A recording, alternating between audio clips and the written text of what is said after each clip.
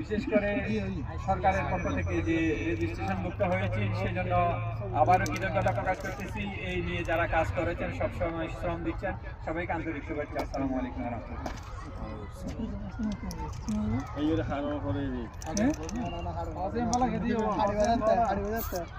हाँ यार इसके ऊपर तो डालो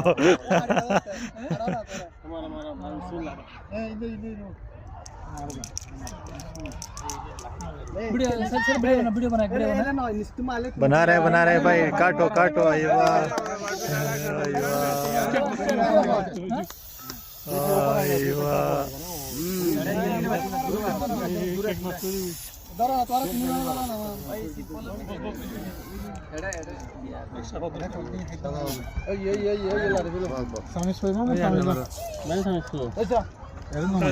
कंग्रेचुलेशन भाई, बहुत बहुत मुबारक हो। हाँ शुक्रान, थैंक यू जज़ीरन जज़ाकल्लाह खैर।